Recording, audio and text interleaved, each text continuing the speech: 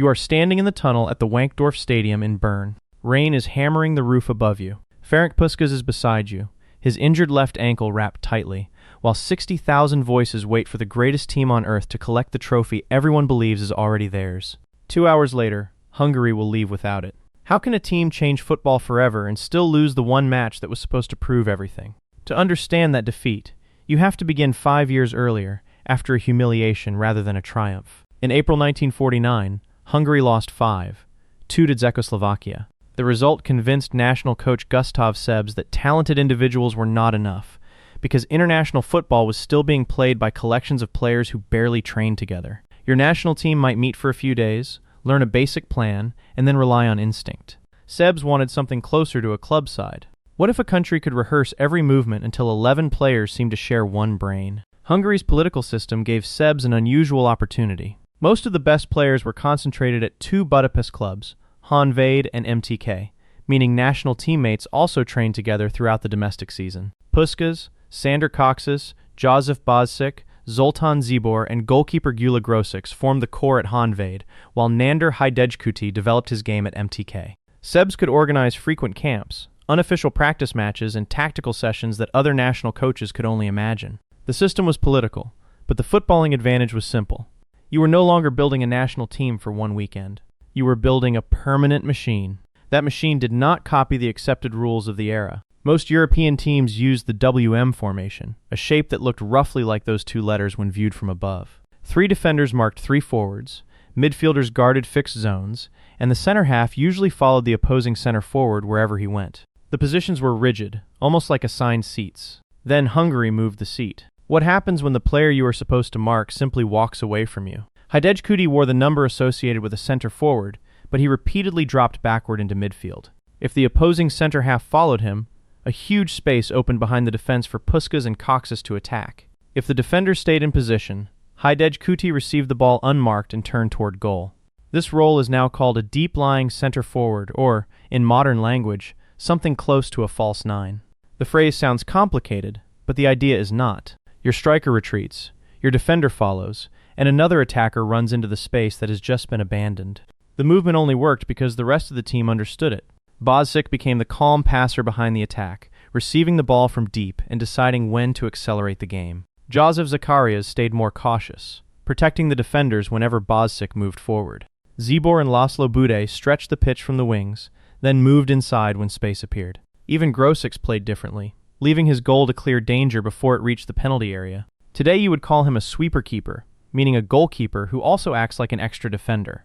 How many modern teams still depend on exactly that idea? Football historian Jonathan Wilson places this Hungarian system near the beginning of the road toward total football. Total football means that players exchange positions while the team keeps its overall shape, so a defender may attack and an attacker may defend without creating chaos. Hungary had not perfected the later Dutch version, but the principle was already visible. Puskás described a side in which everyone attacked and everyone defended. CBs called it socialist football, yet its real power came from coordination rather than slogans.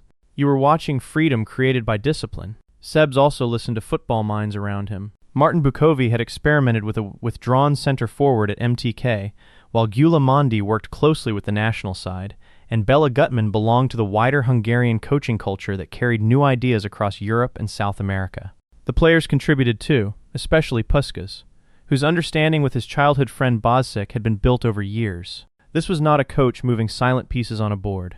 It was a conversation between gifted players and a system designed to multiply their gifts. Could any opponent prepare for movements that even the Hungarians adjusted during the match? The first great proof arrived at the 1952 Olympic Games in Helsinki. Hungary beat Italy 3-0, Turkey 7-1, and defending champion Sweden 6-0 before meeting Yugoslavia in the final. The final remained scoreless deep into the second half, and Puskás had already seen a penalty saved.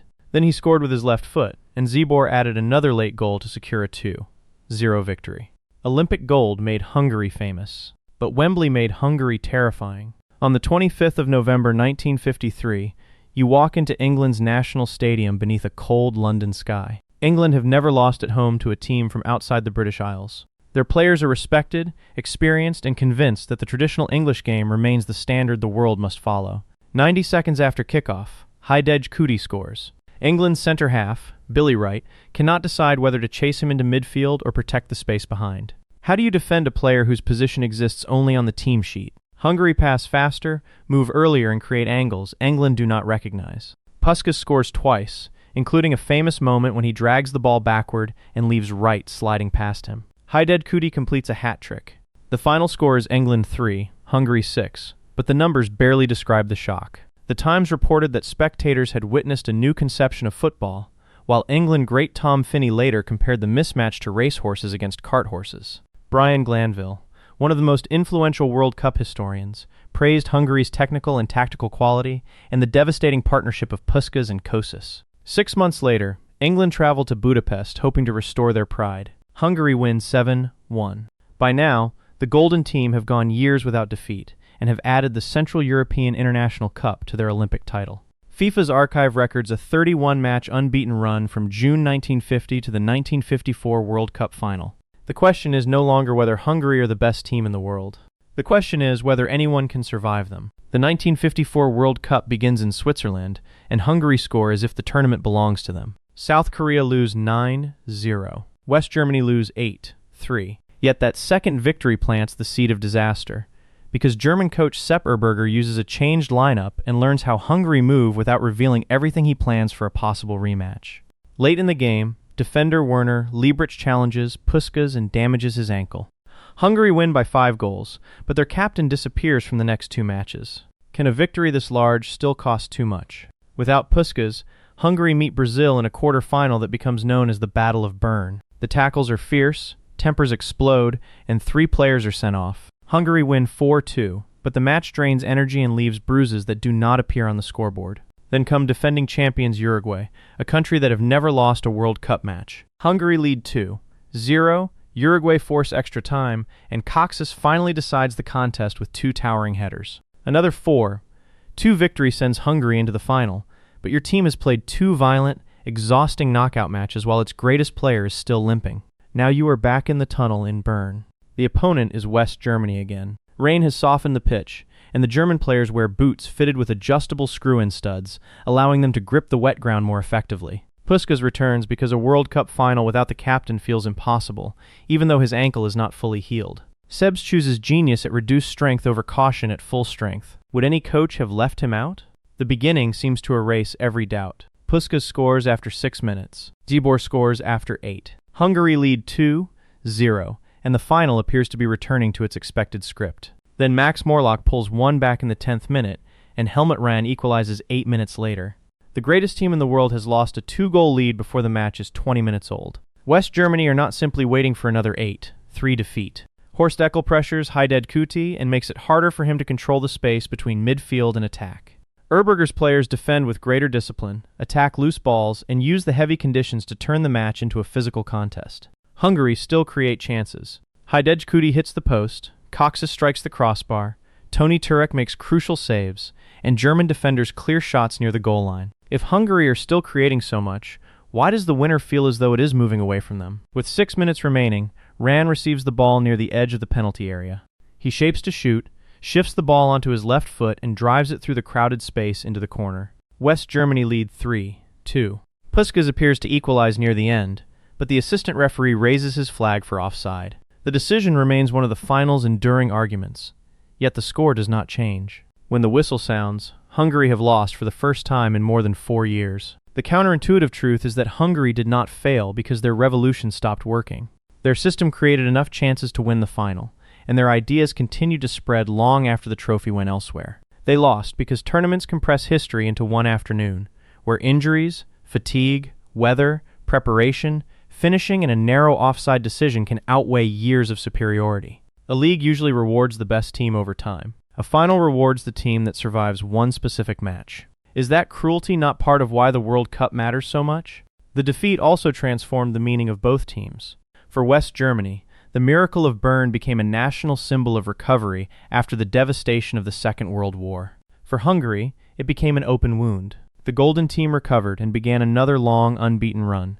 But the political uprising of 1956 shattered the footballing structure that had held the side together. Puskás, Kocsis, and Zibor eventually continued their careers abroad, and Hungary never returned to the same summit. The team disappeared before it had the chance to repair its single greatest result. Yet the football survived. You can see Hidegkuti when a modern striker drops into midfield and pulls a center-back away from goal. You can see Grosics when a goalkeeper races outside the penalty area to begin an attack. You can see Bozsik when a deep midfielder controls the rhythm, and you can see Sebes whenever a national coach tries to create club-level understanding between players. The Netherlands of Johan Cruyff. The 4-2. 4 systems developed across the football world, and today's fluid attacking teams all carry pieces of Hungary's logic. Jonathan Wilson's history of Hungarian coaching makes the larger point clear. The Golden Team was not an isolated miracle, but the brilliant peak of a football culture that had been teaching others for decades.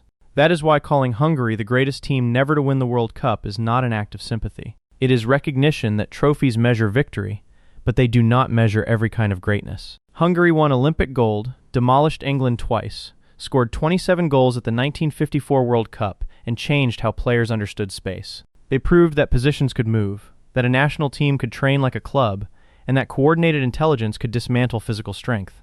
Modern football did not need Hungary to lift the trophy before copying the lesson. Would the game you watch every weekend look the same without them? You are standing in the tunnel at the Wankdorf Stadium in Bern. The rain is still hammering the roof above you. But now the trophy waiting outside is no longer the only proof that matters. Because even before Hungary lose the final, the footballing future has already walked onto the pitch beside you.